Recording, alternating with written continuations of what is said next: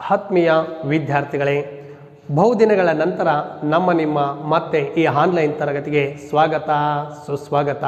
ನಾನು ನಿಮ್ಮ ಇತಿಹಾಸ ಉಪನ್ಯಾಸಕ ನಾಗರಾಜ್ ಸಿಜೆ. ಮೌರ್ಯ ಸಾಮ್ರಾಜ್ಯ, ಭಾರತದ ಇತಿಹಾಸ ಅನ್ನೋದೇನಿತ್ತು, ಆ ಭಾರತದ ಇತಿಹಾಸದಲ್ಲಿ ಕಳೆದ ತರಗತಿಯಲ್ಲಿ ಅಧ್ಯಯನ ಮುಗಿಸಿದ ನಂತರ ಈಗ ನಾವು ಈ ಮೌರ್ಯ ಸಾಮ್ರಾಜ್ಯದ ಬಗ್ಗೆ ತಿಳಿದುಕೊಳ್ಳೋಣ ವಿದ್ಯಾರ್ಥಿಗಳೇ. ಬಹುದಿನಗಳ ನಂತರ ಈಗ ಹಾಯ್ ಎಲ್ಲ ನನ್ನ ಪ್ರೀತಿಯ ವಿದ್ಯಾರ್ಥಿಗಳಿಗೆ ಈ ಆನ್ಲೈನ್ ತರಗತಿಗೆ ಸ್ವಾಗತ ಸುಸ್ವಾಗತ. ಮೌರ್ಯ ಸಾಮ್ರಾಜ್ಯ, ಭಾರತದ ಇತಿಹಾಸದ ಚರಿತ್ರೆಯಲ್ಲೇ ಮೌರ್ಯ ಸಾಮ್ರಾಜ್ಯ ಅನ್ನೋದೇನಿದೆಯೋ, ಈ ಮೌರ್ಯ ಸಾಮ್ರಾಜ್ಯದ ಬಗ್ಗೆ ಪೂರ್ಣ ತಿಳಿದುಕೊಂಡು ಹೋಗೋಣ. ಆ ಮೌರ್ಯ ಸಾಮ್ರಾಜ್ಯದ ಬಗ್ಗೆ ಮೊದಲು ಆ ಮೌರ್ಯ ಸಾಮ್ರಾಜ್ಯ ಅನ್ನೋದೇನಿತ್ತು ಅಂದರೆ ಪ್ರಾಚೀನ ಭಾರತದ ಇತಿಹಾಸದ ಚರಿತ್ರೆಯಲ್ಲೇ ಮೊಟ್ಟ ಮೊದಲ ಐತಿಹಾಸಿಕ ಅತಿ ದೊಡ್ಡ ಸಾಮ್ರಾಜ್ಯವೇ ಮೌರ್ಯ ಸಾಮ್ರಾಜ್ಯ. ಅಂದರೆ ಇಡೀ ಭಾರತದ ಇತಿಹಾಸದ ಚರಿತ್ರೆಯಲ್ಲೇ ಭಾರತದ ಮೊಟ್ಟ ಮೊದಲ ಸಾಮ್ರಾಜ್ಯ ಮತ್ತು ಐತಿಹಾಸಿಕ ಸಾಮ್ರಾಜ್ಯ ಮತ್ತು ಅತಿ ದೊಡ್ಡ ಸಾಮ್ರಾಜ್ಯ ಅಂತ ಕರಿತೀವಿ. ಯಾವ ಸಾಮ್ರಾಜ್ಯವನ್ನ ಅನ್ನೋದಾದ್ರೆ ಮೌರ್ಯ ಸಾಮ್ರಾಜ್ಯವನ್ನ. ಈ ದಿನ ನಾವು ಈ ಮೌರ್ಯ ಸಾಮ್ರಾಜ್ಯದ ಬಗ್ಗೆ ತಿಳಿದುಕೊಳ್ಳೋಣ. ಹಾಗಾದ್ರೆ ಮೌರ್ಯ ಸಾಮ್ರಾಜ್ಯದಲ್ಲಿ ಈ ದಿನ ನಾವು ಅಧ್ಯಯನ ಮಾಡುವಂತ ಅಂಶಗಳು ವಿದ್ಯಾರ್ಥಿಗಳೇ, ಒಂದು ಪೀಠಿಕೆ ಇಂಟ್ರೊಡಕ್ಷನ್, ಎರಡು ಆ ಮೂಲ ಅಂದ್ರೆ ಮೌರ್ಯರು ಅಂತ ಹ್ಯಾಕ್ ಕರೆದ್ರು, ಮೂರು ಆಧಾರಗಳು. ಆ ಆಧಾರಗಳಲ್ಲಿ ಒಂದು ಕೌಟಿಲ್ಯನ ಅರ್ಥಶಾಸ್ತ್ರ, ಎರಡು ಮೆಗಸ್ತಾನಿಸನ ಹಿಂಡಿಕ, ಮೂರು ವಿಶಾಖದತ್ತನ ಮುದ್ರ ರಾಕ್ಷಸ, ನಾಲ್ಕು ಬೌದ್ಧ ಗ್ರಂಥಗಳು, ಐದು ಜೈನ ಸಾಹಿತ್ಯ, ಆರು ಗ್ರೀಕ್ ಬರಹಗಳು, ಏಳು ಅಶೋಕನ ಶಿಲಾಶಾಸನಗಳು. Last in conclusion, end of the Maurya empire. First ಈ ಮೌರ್ಯ ಸಾಮ್ರಾಜ್ಯದ ಬಗ್ಗೆ ಪೀಠಿಕೆಯನ್ನು ತಿಳ್ಕೊಳ್ಳೋಣ.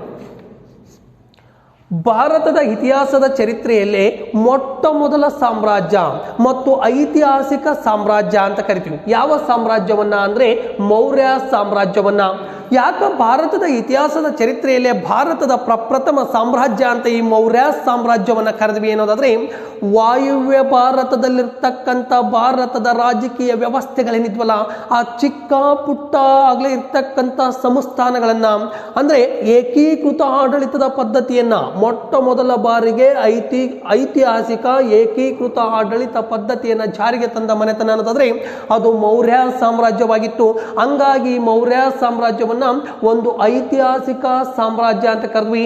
ಮತ್ತೊಂದು ಬೃಹದಾಕಾರದ ದೊಡ್ಡ ಸಾಮ್ರಾಜ್ಯ ಅಂತಲೂ ಕೂಡ ಕರೆದ್ವಿ. ಯಾವುದನ್ನ ಅನ್ನೋದಾದ್ರೆ ಮೌರ್ಯ ಸಾಮ್ರಾಜ್ಯವನ್ನ. ಯಾಕೆ ಈ ಮೌರ್ಯ ಸಾಮ್ರಾಜ್ಯವನ್ನ ಭಾರತದ ಪ್ರಥಮ ಮತ್ತು ಅತಿ ದೊಡ್ಡ ಸಾಮ್ರಾಜ್ಯ ಅಂತ ಕರೆದ್ವಿ ಅಂದ್ರೆ, ಕ್ರಿಸ್ತ ಪೂರ್ವ ಕಾಲಘಟ್ಟದ ವೇಳೆಗಾಗಲೇ ಭಾರತದಲ್ಲಿ ಆಡಳಿತದ ಪದ್ಧತಿ, ರಾಜ ಮಂತ್ರಿಗಳು, ಸೈನಿಕರ ವ್ಯವಸ್ಥೆ ಇತ್ತಲ್ಲ, ಅವುಗಳನ್ನ ಪರಿಚಯವನ್ನ ಕೊಟ್ಟಂತ ಸಾಮ್ರಾಜ್ಯ ಈ ಮೌರ್ಯ ಸಾಮ್ರಾಜ್ಯವಾಗಿತ್ತು. ಇಡೀ ಭಾರತದ ಭೂಪಟದ ಮುಕ್ಕಾಲು ಭಾಗ ವ್ಯಾಪರಿಸಿರ್ತಕ್ಕಂಥ ಕೇವಲ ಏಕ ಆಡಳಿತಕ್ಕೆ, ಒಂದೇ ಒಂದು ಆಡಳಿತಕ್ಕೆ ತಂದಂತ ಸಾಮ್ರಾಜ್ಯ ಮೌರ್ಯ ಸಾಮ್ರಾಜ್ಯವಾಗಿತ್ತು. ಹಂಗಾಗಿ ಇದನ್ನ ಪ್ರಾಚೀನ ಸಾಮ್ರಾಜ್ಯ, ಐತಿಹಾಸಿಕ ಸಾಮ್ರಾಜ್ಯ.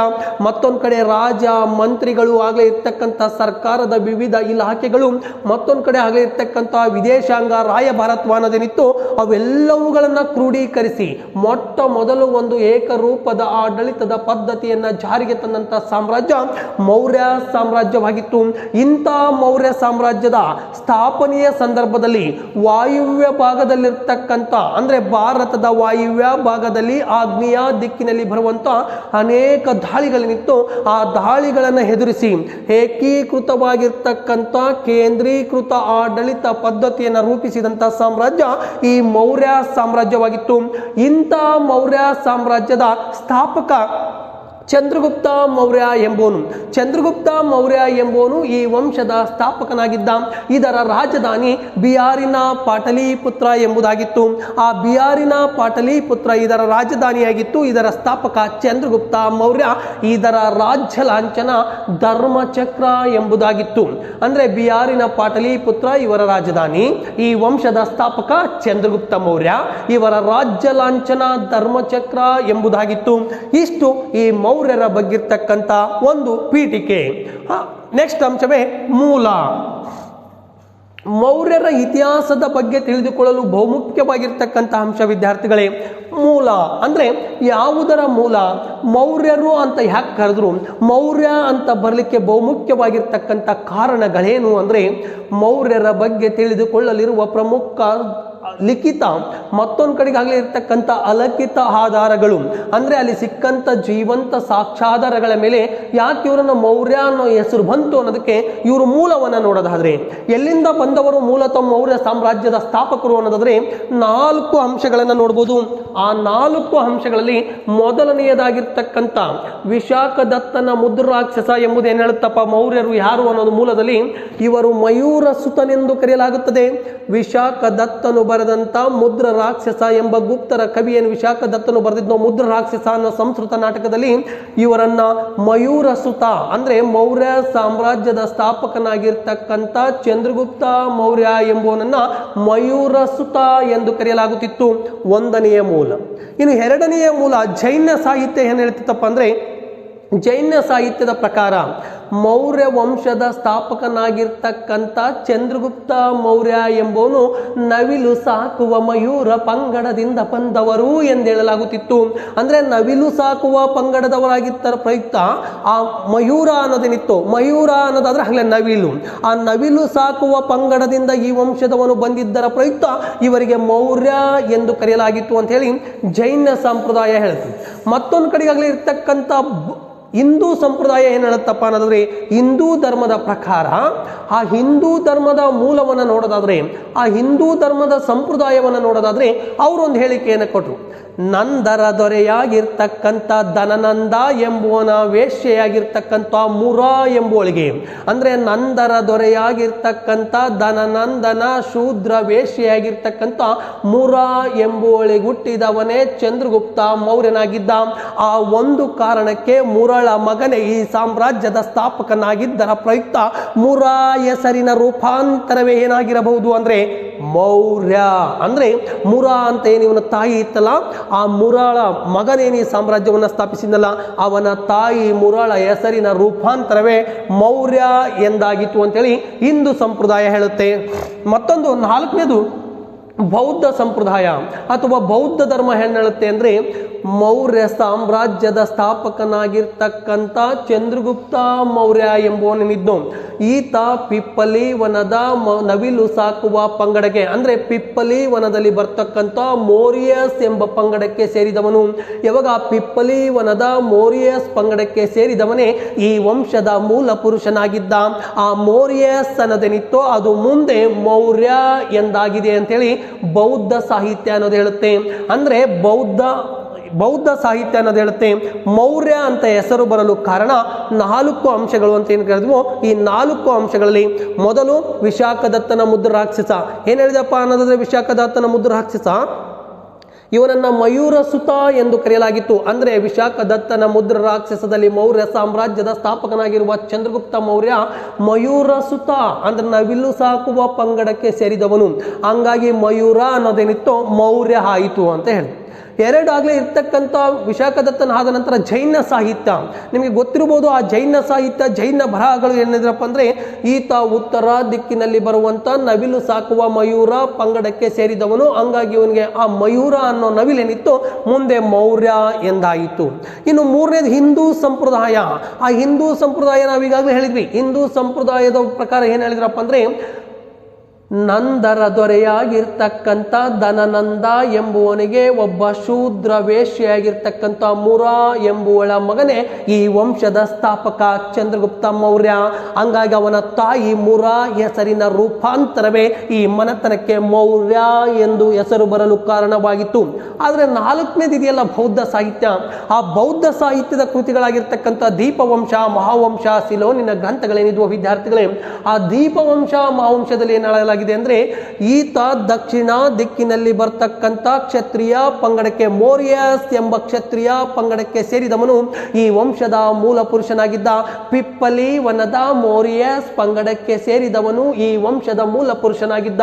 ಅದರ ಪ್ರಯುಕ್ತ ಈ ಮನೆತನಕ್ಕೆ ಮೌರ್ಯಸ್ ಅಂತ ಏನಿತ್ತು, ಆ ಮೌರ್ಯಸ್ ಮುಂದೆ ಮೌರ್ಯ ಎಂದಾಯಿತು ಅಂತ ತಿಳಿಯಲಾಗಿದೆ. ಹೀಗೆ ಈ ಬಹುತೇಕ ಇತಿಹಾಸಕಾರರು, ಚರಿತ್ರೆಕಾರರು, ಆಗಲೇ ಇರ್ತಕ್ಕಂಥ ದಾರ್ಶನಿಕರೇನಿದ್ರು ಒಪ್ಪಿದ್ರು ಈ ಬೌದ್ಧ ಸಾಹಿತ್ಯವನ್ನೇ ಒಪ್ಪಲಾಗಿದೆ. ಅಂದ್ರೆ ದಕ್ಷಿಣ ದಿಕ್ಕಿನಲ್ಲಿ ಬರ್ತಕ್ಕಂಥ ಮೌರ್ಯಸ್ ಎಂಬ ಕ್ಷತ್ರಿಯ ಪಂಗಡಕ್ಕೆ ಸೇರಿದ ಪಿಪ್ಪಲಿ ವನವೇ ಇವರ ಮೂಲ ಸ್ಥಳವಾಗಿತ್ತು. ಆ ಮೌರ್ಯಸ್ ಪಂಗಡದ ಈ ಮೂಲ ಪುರುಷ ಆಗಿದ್ದ ಚಂದ್ರಗುಪ್ತ ಮೌರ್ಯ, ಹಂಗಾಗಿ ಮನೆತನಕ್ಕೆ ಮೌರ್ಯ ಅಂತ ಬಂತು ಅಂತ ಹೇಳಲಾಗಿದೆ. ಇಷ್ಟು ಇದರ ಮೂಲ. ಅಂದ್ರೆ ಮೌರ್ಯ ಸಾಮ್ರಾಜ್ಯದ ಬಗ್ಗೆ ತಿಳಿದುಕೊಳ್ಳಲಿರುವಂತ ಮೂಲವನ್ನು ನೋಡೋದಾದ್ರೆ ನೆಕ್ಸ್ಟ್ ಅಂಶವೇ ಆಧಾರಗಳು.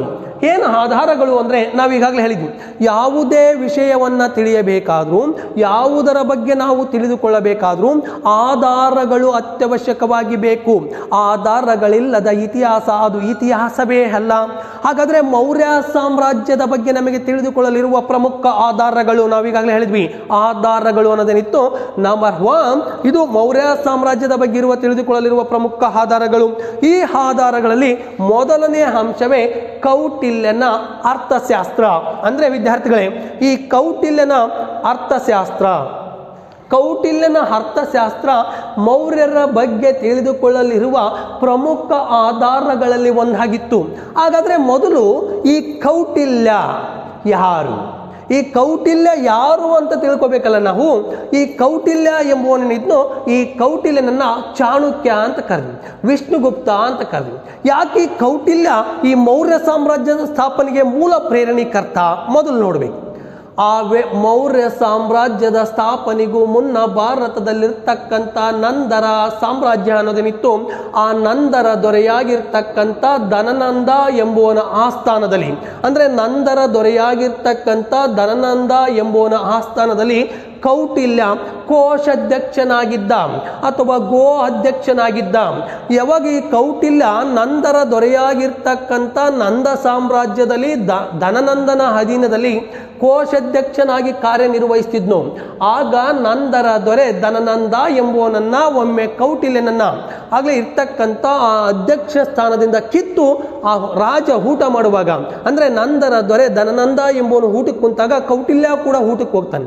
ಆಗ ರಾಜನ ಸರಿ ಸಮಾನವಾಗಿ ಕೂತು ಊಟ ಮಾಡುವ ಸ್ವಾತಂತ್ರ್ಯ ನಿನಗಿದೆಯೇ ಅಂತೇಳಿ ಕೌಟಿಲ್ಯನ ಕತ್ತಿಗೆ ಕೈ ಹಾಕಿ ಅವನ ಜಡಿ ಇರುತ್ತಲ್ಲ ಅದು ಕೈ ಹಾಕಿ ಹೊರಗೆಬ್ಬಿಡ್ತಾನೆ. ಯಾರನ್ನ? ಕೌಟಿಲ್ಯನನ್ನ. ಯಾವಾಗ ಕೌಟಿಲ್ಯನನ್ನ ಹೊರದೆಬ್ಬಿಡ್ತಾನೋ ಆಗ್ಲೇ ಇರ್ತಕ್ಕಂಥ ಬ್ರಾಹ್ಮಣನಾಗಿರ್ತಕ್ಕಂಥ ಕೌಟಿಲ್ಯ ಅವತ್ತೇ ಒಂದು ಶಪಥವನ್ನ ಮಾಡ್ತಾನೆ. ಅವನ ಕೋಶಾಧ್ಯಕ್ಷ ಸ್ಥಾನದಿಂದ ಕಿತ್ತು ಹಾಕಿಬಿಡ್ತಾನಲ್ಲ, ಅಧಿಕಾರವನ್ನ ಕಸ್ಕೊಂಡ್ಬಿಡ್ತಾನಲ್ಲ. ಆ ಸೇಡಿನ ಪ್ರತಿಕಾರದ ಜ್ವಾಲೆಯನ್ನ ತೀರಿಸುವುದಕ್ಕೋಸ್ಕರ ಕೌಟಿಲ್ಯನ ನೆತ್ತರು ಕೂದಿಯಲಾರಂಭಿಸಿತು. ಅಂದೇ ಕೌಟಿಲ್ಯ ಒಂದು ಶಪಥವನ್ನ ಮಾಡ್ತಾನೆ. ಏನಂದ್ರೆ, ನಂದರ ವಂಶವನ್ನ ನಿರ್ಮೂಲನೆ ಮಾಡಿ ಅದೇ ನಂದರ ಸಿಂಹಾಸನದ ಅಡಿಪಾಯದ ಮೇಲೆ ಹೊಸ ಸಾಮ್ರಾಜ್ಯವನ್ನ ಅಥವಾ ಮಗದೊಂದು ಸಾಮ್ರಾಜ್ಯವನ್ನ ಕಟ್ಟುವವರೆಗೂ, ನಂದರನ್ನ ನಿರ್ಮೂಲನೆ ಮಾಡುವುದವರೆಗೂ ಈ ಬಿಚ್ಚಿದ ಮುಡಿಯನ್ನ ಕಟ್ಟುವುದಿಲ್ಲ. ಅಂದ್ರೆ ನಂದರ ವಂಶವನ್ನ ನಿರ್ಮೂಲನೆ ಮಾಡುವವರೆಗೂ ಬಿಚ್ಚಿದ ಮುಡಿಯನ್ನ ಕಟ್ಟುವುದಿಲ್ಲ ಅಂತೇಳಿ ಆ ಕೌಟಿಲ್ಯ ಎಂಬುವನಿದ್ದಲ್ಲ ವಿದ್ಯಾರ್ಥಿಗಳೇ, ಈ ಕೌಟಿಲ್ಯ ಶಪಥವನ್ನ ಮಾಡಿದ. ಅದೇ ಕೌಟಿಲ್ಯ ಬರೆದಂತ ಕೃತಿ ಅರ್ಥಶಾಸ್ತ್ರ. ಇದನ್ನ ಕೌಟಿಲ್ಯನ ಅರ್ಥಶಾಸ್ತ್ರ ಅಂತ ಕರೆದ್ವಿ. ಮೌರ್ಯ ಸಾಮ್ರಾಜ್ಯದ ಬಗ್ಗೆ ತಿಳಿದುಕೊಳ್ಳಲಿರುವ ಪ್ರಮುಖ ಆಧಾರಗಳಲ್ಲಿ ಈ ಕೌಟಿಲ್ಯನ ಅರ್ಥಶಾಸ್ತ್ರ ಒಂದಾಗಿತ್ತು. ಈ ಕೌಟಿಲ್ಯನ ಅರ್ಥಶಾಸ್ತ್ರ ಸಂಸ್ಕೃತ ಭಾಷೆಯಲ್ಲಿದೆ. ಕೌಟಿಲ್ಯನ ಅರ್ಥಶಾಸ್ತ್ರ ಎನ್ನುವ ಕೃತಿ ಸಂಸ್ಕೃತ ಭಾಷೆಯಲ್ಲಿದೆ. 15 ಅಧ್ಯಾಯಗಳನ್ನು ಒಳಗೊಂಡಿದೆ, 108 ಉಪವಿಭಾಗಗಳನ್ನು ಒಳಗೊಂಡಿದೆ, 6000 ಶ್ಲೋಕಗಳನ್ನು ಒಳಗೊಂಡಿದೆ. 15 ಆಗಲೇ ಇರ್ತಕ್ಕಂಥ ಅಧ್ಯಾಯಗಳು, 108 ಉಪವಿಭಾಗಗಳು, 6000 ಶ್ಲೋಕಗಳನ್ನು ಒಳಗೊಂಡಂತ ಕೌಟಿಲ್ಯನ ಕೃತಿ ಅನ್ನೋದೇನಿತ್ತು ಇದೇ ಅರ್ಥಶಾಸ್ತ್ರ. ಇದನ್ನ ರಾಜನೀತಿ ಕೃತಿ, ರಾಜ ಮತ್ತು ಮಂತ್ರಿ ಮತ್ತು ಸರಕಾರಗಳು ಮತ್ತು ಜನಪದರು ಮತ್ತು ಸೈನಿಕರ ಬಗ್ಗೆ ತಿಳಿಸುವಂತ ಅತ್ಯಮೂಲ್ಯವಾಗಿರ್ತಕ್ಕಂಥ ಕೃತಿ.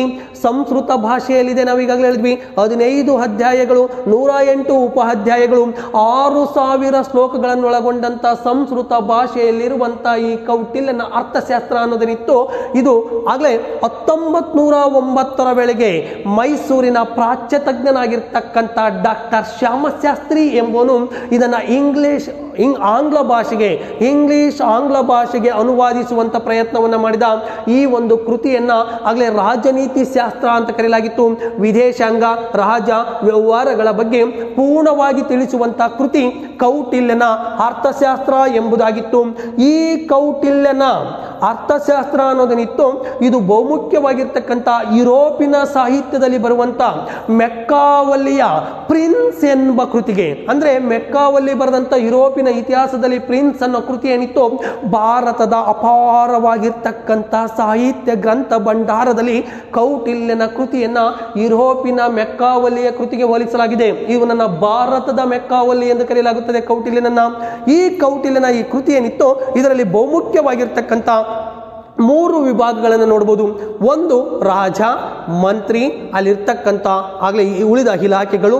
ಎರಡನೇ ಅಂಶ ಒಂದು ಸಿವಿಲ್ ಪ್ರಕರಣ, ಮತ್ತೊಂದು ಕ್ರಿಮಿನಲ್ ಪ್ರಕರಣ, ಮತ್ತೊಂದು ಅಪರಾಧಗಳು. ಅಂದ್ರೆ ಈ ಕೃತಿ ಪ್ರಮುಖವಾಗಿರ್ತಕ್ಕಂಥ ಒಂದು ರಾಜ ಮತ್ತು ಮಂತ್ರಿ ವಿವಿಧ ಇಲಾಖೆಗಳು, 2 ಸಿವಿಲ್ ಮತ್ತು ಕ್ರಿಮಿನಲ್ ಪ್ರಕರಣಗಳು, 3ನೇ ಅಂಶ ಆಗಲೇ ಇರ್ತಕ್ಕಂಥ ವಿದೇಶಾಂಗ ಮತ್ತು ರಾಯಭಾರತ್ವ. ಹೀಗೆ 3 ವಿಭಾಗಗಳನ್ನು ಒಳಗೊಂಡಂತ ಕೃತಿ ಕೌಟಿಲ್ಯನದಾಗಿತ್ತು. ಇಂಥ ಕೌಟಿಲ್ಯನ ಅರ್ಥಶಾಸ್ತ್ರ ಅನ್ನೋದನ್ನಿತ್ತು ಬಹುಮುಖ್ಯವಾಗಿರ್ತಕ್ಕಂಥ ಇದನ್ನ ಮೆಕ್ಕಾವಲ್ಲಿಯ ಕೃತಿಗೆ ಯಾಕೆ ಹೋಲಿಸಿದ್ರು ಅಂದ್ರೆ ರಾಜನಿಗೆ ಬೇಕಾಗಿರುವಂತಹ ಅರ್ಹತೆಗಳು, ರಾಜನಿಗಿರಬೇಕಾಗಿರ್ತಕ್ಕಂಥ ಕ್ವಾಲಿಟೀಸ್ ಗುಣಗಳು ಅಂತ ಏನಿದ್ವು ಆ ರಾಜನಿಗಿರಬೇಕಾಗಿರ್ತಕ್ಕಂಥ ಗುಣಗಳು ಮತ್ತು ಪ್ರಜೆಗಳು ಮತ್ತು ಅಲ್ಲಿರ್ತಕ್ಕಂಥ ಮಂತ್ರಿಗಳ ಕಾರ್ಯಗಳು, ಮತ್ತೊಂದು ಕಡೆ ಸೈನಿಕರು, ಕೋಟೆಗಳು, ಅವೆಲ್ಲವುಗಳನ್ನ ಸಪ್ತಾಂಗ ಸಿದ್ಧಾಂತವನ್ನು ಹೇಳಿದ ಕೌಟಿಲ್ಯ. ಆ ಕೌಟಿಲ್ಯನ ಅರ್ಥಶಾಸ್ತ್ರ ಗ್ರಂಥದಲ್ಲಿ ಸಪ್ತಾಂಗ ಸಿದ್ಧಾಂತ ಏನಿದು? ಸಪ್ತಾಂಗ ಸಿದ್ಧಾಂತ ಅಂದ್ರೆ 1 ರಾಜ, 2 ಮಂತ್ರಿ, 3 ಜನಪದ, 4 ಕೋಶ, 5 ಕೋಟೆ, 6 ಬಲ, 7 ಮಿತ್ರ. ಇವೇ ಕೌಟಿಲ್ಯನ 7 ಸಪ್ತಾಂಗ ಸಿದ್ಧಾಂತಗಳು ವಿದ್ಯಾರ್ಥಿಗಳೇ. ರಾಜ, ಮಂತ್ರಿ, ಜನಪದ, ಕೋಶ, ಕೋಟೆ, ಬಲ, ಮಿತ್ರ, ಇವು 7ಗಳು ಇರಬೇಕು. ಇವು 7ಗಳು ಇದ್ದಾಗ ಮಾತ್ರ ರಾಜ್ಯ ಎಂಬ ರಥ ಸರಾಗವಾಗಿ ಎಳೆಯುವುದಕ್ಕೆ ಸಾಧ್ಯವಾಗುತ್ತದೆ. ಅಂದ್ರೆ ಈ 7 ಅಂಗಗಳನ್ನೇ ಅರ್ಥಶಾಸ್ತ್ರದಲ್ಲಿ ಕೌಟಿಲ್ಯನ ಸಪ್ತಾಂಗ ಸಿದ್ಧಾಂತ ಅಂತ ಕರೆಯಲಾಗಿತ್ತು. ಈ ಸಪ್ತಾಂಗ ಸಿದ್ಧಾಂತ ಅನ್ನೋದೇನಿತ್ತು ಇದು ಮೌರ್ಯರ ಬಗ್ಗೆ ತಿಳಿದುಕೊಳ್ಳಲಿರುವ ಪ್ರಮುಖ ಆಧಾರಗಳಲ್ಲಿ 1 ಕೌಟಿಲ್ಯನ ಅರ್ಥಶಾಸ್ತ್ರ, 2 ಮೆಗಸ್ತಾನಿಸನ ಇಂಡಿಕಾ. ಮೆಗಸ್ತಾನಿಸಿನ ಇಂಡಿಕಾ ಕೂಡ ಮೌರ್ಯ ಸಾಮ್ರಾಜ್ಯದ ಬಗ್ಗೆ ತಿಳಿದುಕೊಳ್ಳಲಿರುವ ಆಧಾರಗಳಲ್ಲಿ 2ನೇ ಪ್ರಮುಖ ಆಧಾರವಾಗಿತ್ತು ಮೆಗಸ್ತಾನಿಸನ ಇಂಡಿಕಾ.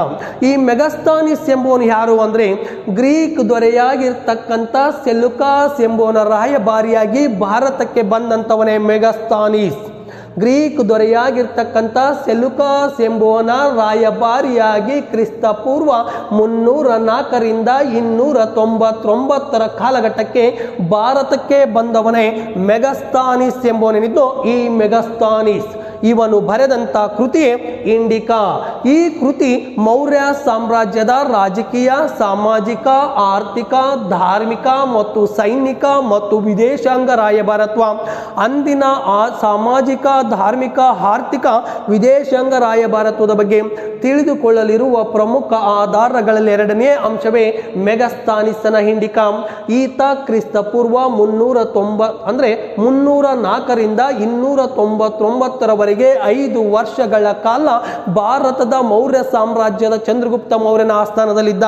ಆಗ ಆ ಚಂದ್ರಗುಪ್ತ ಮೌರ್ಯನ ಆಸ್ಥಾನದಲ್ಲಿ ಕಂಡಂತ ಆಡಳಿತದ ವ್ಯವಸ್ಥೆ, ಆರ್ಥಿಕ ವ್ಯವಸ್ಥೆ, ಸಾಮಾಜಿಕ ವ್ಯವಸ್ಥೆ, ಧಾರ್ಮಿಕ ವ್ಯವಸ್ಥೆ, ವಿದೇಶಾಂಗ ವ್ಯವಸ್ಥೆ, ರಾಯಭಾರತ್ವ ಅನ್ನೋದೇನಿತ್ತು ಇವೆಲ್ಲವುಗಳ ಬಗ್ಗೆ ಆತ ತಿಳಿಯಪಡಿಸಿದ. ಈ ಕೃತಿಯಲ್ಲಿ ಮೆಗಸ್ತಾನಿಸನು ಹೇಳಿದಂತೆ ಏನಂದ್ರೆ ವಿಶಾಲವಾಗಿರ್ತಕ್ಕಂಥ ಪಾಟಲಿಪುತ್ರ ನಗರವು, ವಿಶಾಲವಾಗಿರ್ತಕ್ಕಂಥ ಪಾಟಲಿಪುತ್ರ ನಗರವು 14 ಕಿಲೋಮೀಟರ್ ಉದ್ದ, 3 ಕಿಲೋಮೀಟರ್ ಅಗಲವನ್ನು ಹೊಂದಿತ್ತು. ಅದರ 560 ಗೋಪುರಗಳು ಅಂದ್ರೆ 64 ಪ್ರವೇಶ ದ್ವಾರಗಳಿದ್ವು. ಪಾಟಲಿಪುತ್ರ ಅನ್ನೋ ನಗರಕ್ಕೆ ಈ ಮೆಗಸ್ತಾನಿಸನ ಇಂಡಿಕಾದಲ್ಲಿ ವರ್ಣನೆ ಮಾಡ್ತಾನೆ. 14 ಕಿಲೋಮೀಟರ್ ಉದ್ದ, 3 ಕಿಲೋಮೀಟರ್ ಅಗಲವನ್ನು ಹೊಂದಿದ ಪಾಟಲಿಪುತ್ರ ಒಂದು ಭವ್ಯವಾಗಿರ್ತಕ್ಕಂಥ ನಗರವಾಗಿತ್ತು. 64 ಪ್ರವೇಶ ದ್ವಾರಗಳನ್ನು ಪಾಟಲಿಪುತ್ರದ ಕೋಟೆಯಲ್ಲಿ ಕಾಣಬಹುದಾಗಿತ್ತು. 570 ಗೋಪುರಗಳನ್ನು ನಿರ್ಮಿಸಲಾಗಿತ್ತು. ಪಾಟಲಿಪುತ್ರ ಒಂದು ಭವ್ಯ ನಗರವಾಗಿತ್ತು. ಮೌರ್ಯ ಸಾಮ್ರಾಜ್ಯದ ಚಂದ್ರಗುಪ್ತ ಮೌರ್ಯನ ಅರಮನೆ ಪರ್ಷಿಯನ್ ಮಾದರಿಯಲ್ಲಿ ಅಲಂಕರಿಸಲಾಗಿತ್ತು.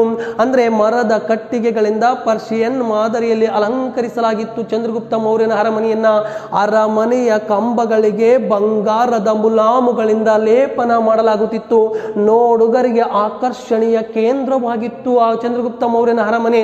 ಮತ್ತೊಂದು ಕಡೆಯ ಅರಮನೆಯ ಎರಡೂ ಕಡೆಯೂ ಕೂಡ ಆಗಲೇ ಹೂ ತೋಟಗಳನ್ನು ನಿರ್ಮಿಸಲಾಗಿತ್ತು.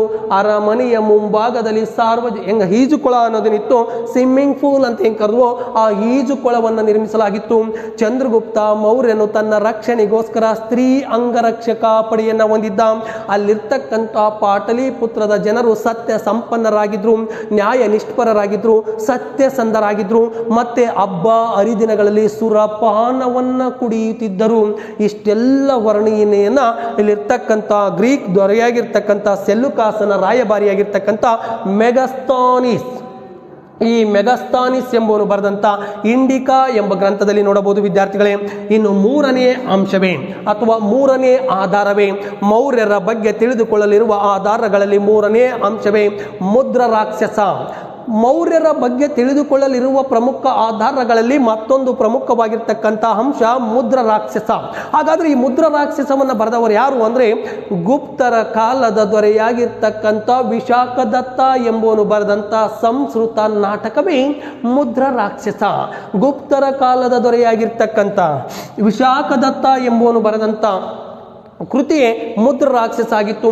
ಇದು ಒಂದು ಸಂಸ್ಕೃತ ನಾಟಕವಾಗಿತ್ತು. ಈ ಸಂಸ್ಕೃತ ನಾಟಕದಲ್ಲಿ ಆಗಲೇ ಚಂದ್ರಗುಪ್ತ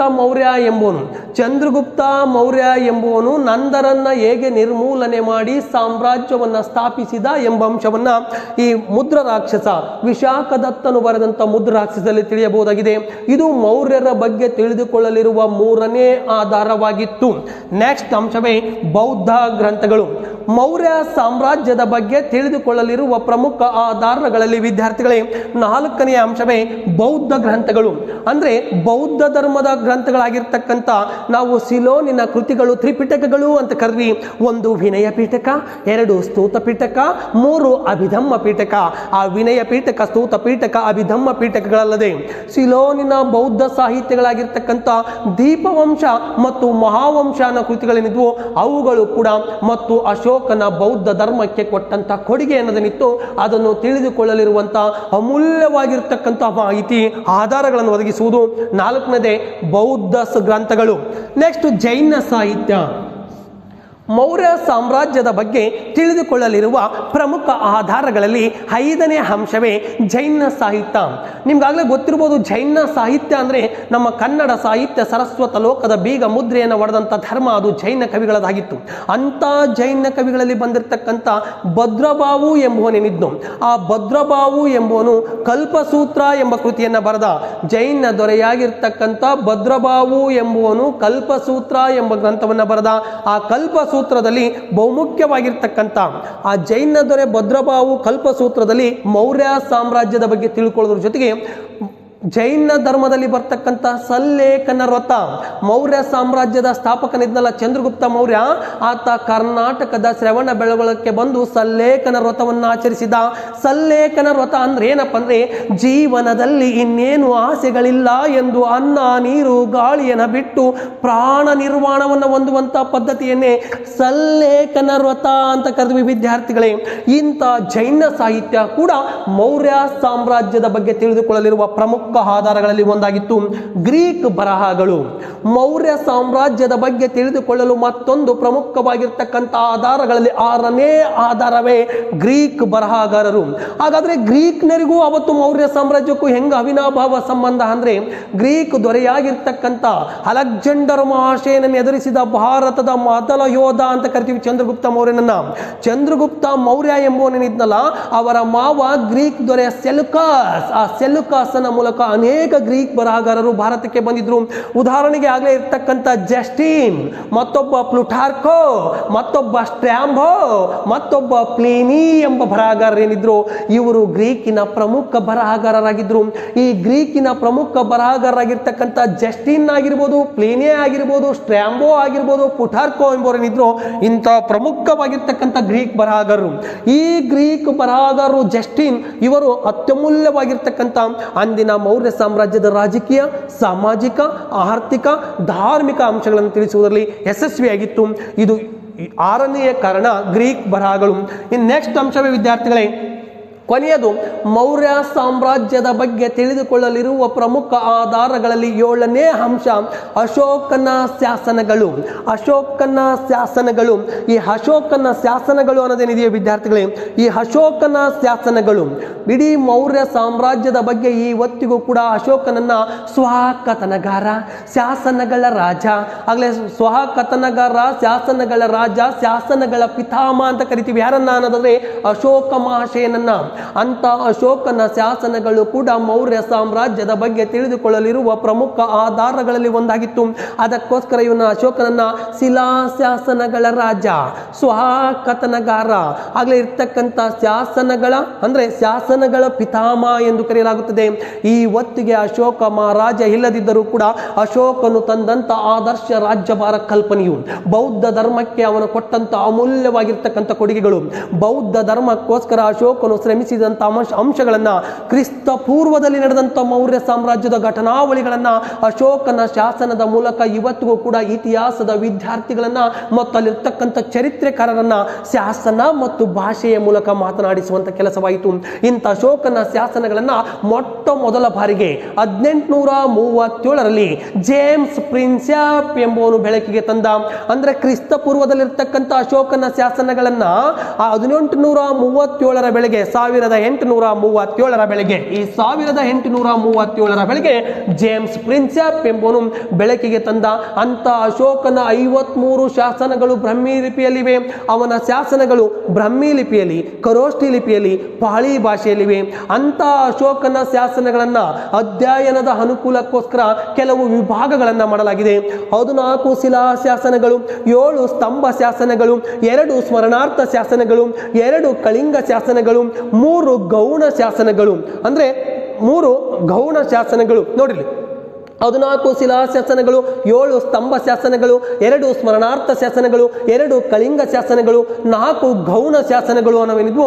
ಆಗ್ಲೇ ನೆಕ್ಸ್ಟ್ ಮತ್ತೊಂದು ಗುಣಗಾನ ಮಾಡುವಂತ ಶಾಸನಗಳು. ಇವಿಷ್ಟು 6 ವಿಭಾಗ ಮಾಡಲಾಗಿತ್ತು. ಇಂಥ 6 ವಿಭಾಗ ಮಾಡಿರ್ತಕ್ಕಂಥ ಅಶೋಕನ ಶಾಸನಗಳಲ್ಲಿ ಆ ಶಿಲಾಶಾಸನಗಳು ಅಂತಿದ್ವಲ್ಲ, ಅದರಲ್ಲಿ 13ನೇ ಶಿಲಾಶಾಸನ ಬಹಳ ಅತ್ಯಮೂಲ್ಯವಾಗಿರ್ತಕ್ಕಂಥದ್ದು ವಿದ್ಯಾರ್ಥಿಗಳೇ. ಅವೇ ಈ ಅಶೋಕನ ಶಾಸನಗಳು. ಈಗೇನು ಅಶೋಕನ ಶಾಸನಗಳು ಅಂತ ನೋಡಿದ್ವಲ್ಲ, ಅಶೋಕನ ಶಾಸನಗಳ ಲಿಪಿಯನ್ನು ನಿಮ್ಗೆ ಒಂದು ಪರಿಚಯ ಇಲ್ಲಿ ಬ್ರಹ್ಮಿ, ಖರೋಷ್ಠಿ, ಪಾಳಿ ಭಾಷೆಯಲ್ಲಿವೆ. ಇಲ್ಲಿ ನೋಡಿ, ಇದು ಬ್ರಹ್ಮಿ, ಖರೋಷ್ಠಿ, ಪಾಳಿ ಭಾಷೆಯಲ್ಲಿವೆ ಅಶೋಕನ ಶಾಸನಗಳು. ಅಂತ ಅಶೋಕನ ಶಾಸನಗಳಲ್ಲಿ 13ನೇ ಶಿಲಾಶಾಸನ ಇಡೀ ಮೌರ್ಯ ಸಾಮ್ರಾಜ್ಯದ ಇತಿಹಾಸದ ದಿಕ್ಕನ್ನ ಬದಲಾಯಿಸಿದ ಶಾಸನ ಅಂತ ಕರೀತಾರೆ. ಯಾಕೆ ಅಂದ್ರೆ 13ನೇ ಶಿಲಾಶಾಸನವು ಯಾವ ಯುದ್ಧದ ಬಗ್ಗೆ ತಿಳಿಸುತ್ತದೆ ಅಂದ್ರೆ ಕಳಿಂಗ ಯುದ್ಧದ ಬಗ್ಗೆ. ಅಲ್ಲೊಂದು ಕಡೆಗೆ ಹೇಳ್ತಾರೆ, 13ನೇ ಶಿಲಾಶಾಸನವು ಮೌರ್ಯ ಸಾಮ್ರಾಜ್ಯದ ದಿಕ್ಕನ್ನೇ ಬದಲಾಯಿಸಿತು. ಚಂಡಶೋಕನು ಧರ್ಮಶೋಕನಾದನು, ಯುದ್ಧದ ರಣಬೇರಿಯು ಬದಲಾಗಿ ಧರ್ಮದ ಜಯಬೇರಿಯನ್ನ ಬಾರಿಸಿತು. ಎಂತ ಅದ್ಭುತವಾಗಿರ್ತಕ್ಕಂಥ ಮಾತನ್ನು ಹೇಳ್ತಾರೆ. 13ನೇ ಶಿಲಾಶಾಸನವು ಮೌರ್ಯ ಸಾಮ್ರಾಜ್ಯದ ಇತಿಹಾಸದ ಚರಿತ್ರೆಯನ್ನೇ ಬದಲಾಯಿಸಿತು. ಚಂಡಶೋಕನು ಧರ್ಮಶೋಕನಾದನು, ಯುದ್ಧದ ರಣಬೇರಿಯು ಬದಲಾಗಿ ಧರ್ಮದ ದಿಗ್ವಿಜಯದ ಜಯಬೇರಿಯು ಆರಂಭವಾಗಿತ್ತು. ಇದರ ಮೂಲಕ ಮುಂದೆಂದು ಯುದ್ಧ ಮಾಡುವುದಿಲ್ಲ ಅಂತ ಶಪಥವನ್ನು ಮಾಡಿದ ಅಶೋಕ ಮಹಾಶಯ. ಆ ಯುದ್ಧವೇ ಯಾವುದು ಅಂದ್ರೆ ಕಳಿಂಗ ಯುದ್ಧ. ನಿಮಗೆ ಗೊತ್ತಿರಬಹುದು ವಿದ್ಯಾರ್ಥಿಗಳೇ, ಇತಿಹಾಸದಲ್ಲಿ ಒಂದು ಯುದ್ಧ ಸೋತು ಯುದ್ಧ ಮಾಡದೆ ಬಿಟ್ಟಂತ ಅನೇಕ ಸಾಮ್ರಾಟರಿದ್ದಾರೆ. ಆದ್ರೆ ಒಂದು ಯುದ್ಧದಲ್ಲಿ ಗೆದ್ದು ಮುಂದೆಂದು ಯುದ್ಧವನ್ನು ಮಾಡುವುದಿಲ್ಲ ಅಂತ ಶಪಥ ಮಾಡಿದ ಏಕೈಕ ಸಾಮ್ರಾಟನೇ ಅಶೋಕ ಮಹಾಶಯ. ಅದು 13ನೇ ಶಿಲಾಶಾಸನ ತಿಳಿಸುತ್ತದೆ. ಹೀಗೆ ಅಶೋಕನ ಶಿಲಾಶಾಸನಗಳು ಕೂಡ ಮೌರ್ಯರ ಬಗ್ಗೆ ತಿಳಿದುಕೊಳ್ಳಲಿರುವ ಪ್ರಮುಖ ಆಧಾರಗಳಲ್ಲಿ ಒಂದು. ಇಂಥ ಅಶೋಕನ ಶಾಸನಗಳನ್ನು ಕೆಲವು ಜಿಲ್ಲೆಗಳಲ್ಲಿ ನಮ್ಮ ಕರ್ನಾಟಕದಲ್ಲಿ ನೋಡಬಹುದು. ಉದಾಹರಣೆಗೆ ಚಿತ್ರದುರ್ಗದಲ್ಲಿ ಬರ್ತಕ್ಕಂಥ ಬ್ರಹ್ಮಗಿರಿ, ಜಟಿಂಗ, ರಾಮೇಶ್ವರ, ತಮಟಕಲ್. ಚಿತ್ರದುರ್ಗ ಜಿಲ್ಲೆಯಲ್ಲಿ ಬರ್ತಕ್ಕಂಥ ಅಶೋಕ ಸಿದ್ದಾಪುರ ಅಂತ ಹೆಂಗ್ ಕರೆದ್ವಲ್ಲ, ಆ ಚಿತ್ರದುರ್ಗ ಜಿಲ್ಲೆಯಲ್ಲಿ ಬರ್ತಕ್ಕಂಥ ಅಶೋಕ ಸಿದ್ದಾಪುರ, ಬ್ರಹ್ಮಗಿರಿ, ಮತ್ತೊಂದಾಗಲೇ ಇರ್ತಕ್ಕಂಥ ತಮಟಕಲ್ ಅನ್ನೋದನ್ನಿತ್ತು. ಇವು ಅಲ್ಲಿ ಬಹುಮುಖ್ಯವಾಗಿ ನೋಡುವಂತ ಶಾಸನಗಳು. ಅದೇ ರೀತಿ ನಮ್ಮ ಆಗಲೇ ಇರ್ತಕ್ಕಂಥ ರಾಯಚೂರು ಜಿಲ್ಲೆಯಲ್ಲಿ ಬರ್ತಕ್ಕಂಥ ಮಸ್ಕಿ ಅನ್ನೋದನ್ನಿತ್ತು. ಕೊಪ್ಪಳದ ಗವಿಮಠ, ಪಾಲ್ಕಿಗುಂಡ ಅನ್ನೋದನ್ನಿತ್ತು. ಈ ರಾಯಚೂರು ಜಿಲ್ಲೆಯಲ್ಲಿ ಬರ್ತಕ್ಕಂಥ ಮಸ್ಕಿ, ಕೊಪ್ಪಳದ ಗವಿಮಠ, ಪಾಲ್ಕಿಗುಂಡ ಇವು ಕೊಪ್ಪಳ ಜಿಲ್ಲೆಯಲ್ಲಿ ಕಾಣುವಂತಹ ಅಶೋಕನ ಶಾಸನಗಳು. ಅದೇ ರೀತಿ ಗುಲ್ಬರ್ಗ ಜಿಲ್ಲೆಯಲ್ಲಿ ಸನ್ನತಿ ಎಂಬಲ್ಲಿ ಕೂಡ ಅಶೋಕನ ಶಾಸನ ಪತ್ತೆಯಾಗಿದೆ. ನೋಡಿ, ಚಿತ್ರದುರ್ಗ ಜಿಲ್ಲೆಯಲ್ಲಿ ಬರ್ತಕ್ಕಂಥ ತಮಟಕಲ್ ಆಗಿರ್ಬೋದು, ಆಗಲೇ ಜಟಿಂಗ ರಾಮೇಶ್ವರ ಆಗಿರ್ಬೋದು, ಇವುಗಳು ರಾಯಚೂರು ಜಿಲ್ಲೆಯ ಮಸ್ಕಿ ಅನ್ನೋದನ್ನಿತ್ತು, ಮತ್ತು ಕೊಪ್ಪಳದ ಗವಿಮಠ, ಪಾಲ್ಕಿಗುಂಡ, ಗುಲ್ಬರ್ಗದ ಸನ್ನತಿ. ಹೀಗೆ ಇಡೀ ಕರ್ನಾಟಕದ ಅನೇಕ ಭೂಭಾಗಗಳಲ್ಲಿ ಕೂಡ ಅಶೋಕನ ಸಾಮ್ರಾಜ್ಯ ಇತ್ತು ಅನ್ನೋದಕ್ಕೆ ಜೀವಂತ ಸಾಕ್ಷಿಗಳೇ ಅವತ್ತು ಆತ ಬಿಟ್ಟು ಹೋಗಿರುವಂತಹ ಶಾಸನಗಳು. ಈ ಹೊತ್ತಿಗೆ ಅಶೋಕ ಮಹಾಶಯ ಇಲ್ಲದಿದ್ದರೂ, ಬ್ರಹ್ಮಿ, ಖರೋಷ್ಠಿ, ಪಾಳಿ ಭಾಷೆಗಳಿಲ್ಲದಿದ್ದರೂ ಶಾಸನಗಳ ಮೂಲಕ ಇತಿಹಾಸ ವಿದ್ಯಾರ್ಥಿಗಳನ್ನ ಮಾತನಾಡಿಸುವಂತ ಪ್ರಯತ್ನವನ್ನ ಮಾಡ್ತಾನೆ. ಇದಿಷ್ಟು ಕೂಡ ಈ ಆಗಲೇ ಇರ್ತಕ್ಕಂಥ ಅಶೋಕನ ಶಾಸನಗಳು ಕೂಡ ಮೌರ್ಯ ಸಾಮ್ರಾಜ್ಯದ ಬಗ್ಗೆ ತಿಳಿದುಕೊಳ್ಳಲಿರುವ ಪ್ರಮುಖ ಆಧಾರಗಳಲ್ಲಿ ಒಂದಾಗಿತ್ತು.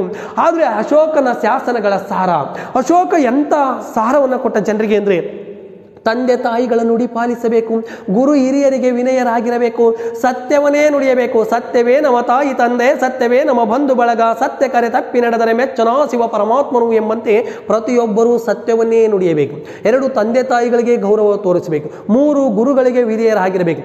4 ಮಾನವೀಯ ಮೌಲ್ಯಗಳಾದ ಪ್ರೀತಿ, ಸ್ನೇಹ, ತ್ಯಾಗ, ಕರುಣೆ, ಅನುಕಂಪ ಇವುಗಳನ್ನು ರೂಢಿಸಿಕೊಳ್ಳಬೇಕು. 5ನೇ ಅಂಶ, ನಿನ್ನಿಂದಾದಂಥ ಕೆಲವು ಸಹಾಯಗಳನ್ನು ಅನ್ಯರಿಗೆ ಮಾಡಬೇಕು. ನಿನ್ನ ಧರ್ಮವನ್ನ ಗೌರವಿಸುವುದರ ಜೊತೆಗೆ ಪರಧರ್ಮವನ್ನ ಪ್ರೀತಿಸುವ ಅಂತಾರಾಷ್ಟ್ರೀಯ ಮನೋಭಾವದ ಸಂಕೇತಗಳನ್ನು ಕೊಟ್ಟಂತ ವ್ಯಕ್ತಿ ಅಶೋಕ ಮಹಾಶಯನಾಗಿದ್ದ. ಇಷ್ಟು ವಿದ್ಯಾರ್ಥಿಗಳೇ ಮೌರ್ಯ ಸಾಮ್ರಾಜ್ಯ ಪೀಠಿಕೆ, ಮೂಲ ಆಧಾರಗಳು. Next last conclusion. ಭಾರತದ ಇತಿಹಾಸದ ಚರಿತ್ರೆಯಲ್ಲಿ ಅಂತಿಮವಾಗಿರ್ತಕ್ಕಂಥ ಮೌರ್ಯ ಸಾಮ್ರಾಜ್ಯದ ಮೂಲಾಧಾರಗಳ ನಂತರ ಇಡೀ ಮೌರ್ಯ ಸಾಮ್ರಾಜ್ಯದ ಸಾಮ್ರಾಟನಾಗಿರ್ತಕ್ಕಂಥ ಭಾರತದಲ್ಲಿ ಹುಟ್ಟಿದ 2 ಧರ್ಮಗಳ ಆಗರವನ್ನು ನೀಡಿದ ಒಂದು ಸಾಮ್ರಾಜ್ಯ ಮೌರ್ಯ ಸಾಮ್ರಾಜ್ಯ. ಒಂದು, ಇವ ವಂಶದ ಸ್ಥಾಪಕ ಚಂದ್ರಗುಪ್ತ ಮೌರ್ಯ ಇದ್ನಲ್ಲ, ಇವನು ಜೈನ ಧರ್ಮದ ಮತಾವಲಂಬಿಯಾಗಿದ್ದ. ಆತ ಸಲ್ಲೇಖನ ವ್ರತವನ್ನು ಆಚರಣೆ ಮಾಡಿದ. ಮತ್ತೊಂದು ಆಗಲೇ ಇರ್ತಕ್ಕಂಥ ಅಶೋಕ ಮಹಾಶಯ ಭಾರತದ ಇತಿಹಾಸದ ಚರಿತ್ರೆಯಲ್ಲಿ ದಿ ಗ್ರೇಟ್ ಅಶೋಕ ಅಂತ ಕರಿತೀವಿ. ಯಾಕಂದ್ರೆ ಅಶೋಕನದು ಆಗಲೇ ಇರ್ತಕ್ಕಂಥ ಒಂದೇ ಒಂದು ಯುದ್ಧವನ್ನ ಮಾಡಿ ಮುಂದೆಂದು ಯುದ್ಧವನ್ನ ಮಾಡದೆ ಬಿಟ್ಟ ಏಕೈಕ ಸಾಮ್ರಾಟ ಅನ್ನೋದಾದ್ರದ ಅಶೋಕ ಮಹಾಶಯನಾಗಿದ್ದ. ಇಂಥ ಮೌರ್ಯರ ಬಗ್ಗೆ ತಿಳಿದುಕೊಳ್ಳಲು ಪ್ರಮುಖವಾಗಿರ್ತಕ್ಕಂಥ 2 ಧರ್ಮಗಳ ಕೊಡುಗೆಯನ್ನು ಕೊಡ್ತು ಅಂತ ಹೇಳ್ಬೋದು. ಇಷ್ಟು ಕನ್ಕ್ಲೂಷನ್. ನೆಕ್ಸ್ಟ್ ಪೀರಿಯಡ್ ಮೌರ್ಯ ಸಾಮ್ರಾಜ್ಯದ ಸ್ಥಾಪಕ ಚಂದ್ರಗುಪ್ತ ಮೌರ್ಯ. ಚಂದ್ರಗುಪ್ತ ಮೌರ್ಯನನ್ನ ನೆಕ್ಸ್ಟ್ ಪೀರಿಯಡ್ ಅಧ್ಯಯನ ಮಾಡೋಣ. ಧನ್ಯವಾದ.